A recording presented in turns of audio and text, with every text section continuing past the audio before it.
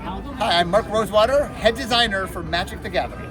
And I'm Ablaza, and I am the MTG specialist for SmashPad. Awesome. All right, Mark. So as a new player, the hardest thing for me wasn't learning the game, but actually just like finding community and like finding out like, you know, how do I like fit in here? And so as a designer, how much are you thinking about new players when they, you know, feeling like they belong and not just understanding the game? Oh, no. Community is a huge part of what Magic is. And obviously, we have a lot of different ways to play, a lot of different locations to play.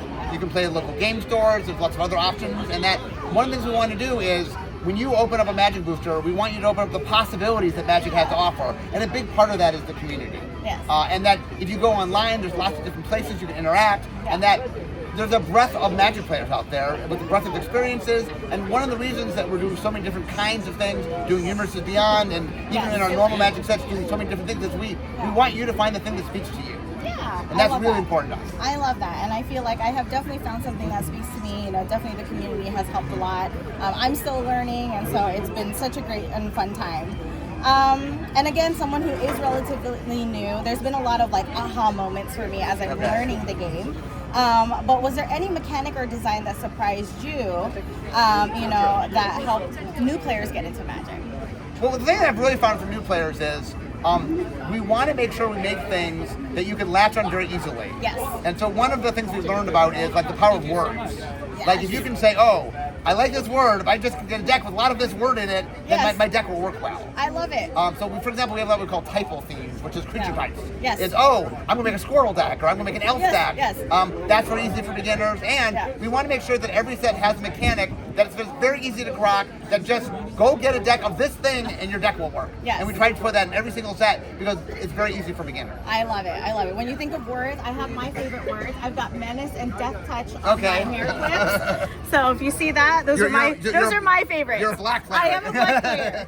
I created a rat deck. It's my favorite one. No one has beaten me yet in my pod. Okay. So, yes.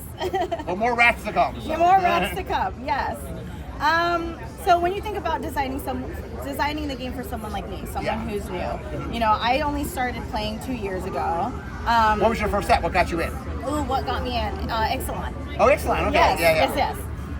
Yes. So that's a perfect segue, because like, what set would you secretly hope I fall in love with, and why, if you knew that I started in 2024? Did you play Bloomburrow? I did. Yes. I went all out on that. Yeah, Bloomburrow was a very, very good set for us to introduce beginners to. Yes. It's very beginner friendly, it's got themes you understand, and just like pick an animal is very easy. Yes, no, totally. I love Bloomburrow, and I went all out on that. And then, what was it?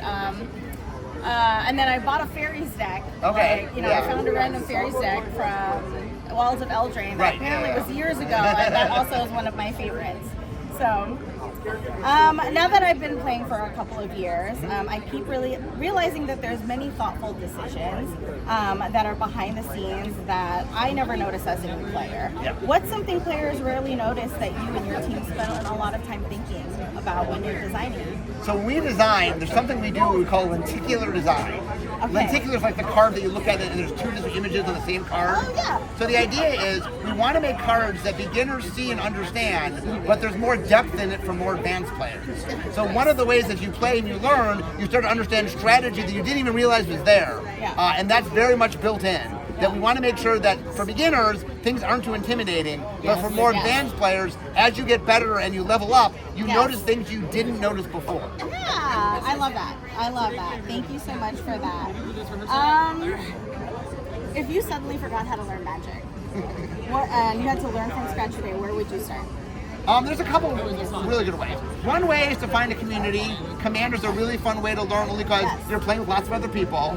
The other thing is we have to go Magic the Gathering Arena, which is an online digital way to play. And there's a very good tutorial, absolutely free, and the computer has no judgment. It'll teach you at whatever speed you need to learn.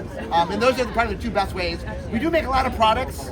We make a thing called the beginner box, which is really good to learn. We make a thing called Jumpstart. We take 2 packs and mix them together. It's really good to learn. So we're trying to meet you, and however you want to learn, we're trying to make a lot of products to help you learn. Love it, love it. When you say about meeting me, so I'm here today, and I'm still learning, a brand new player. What do you think new players are going to learn in the next 5 years?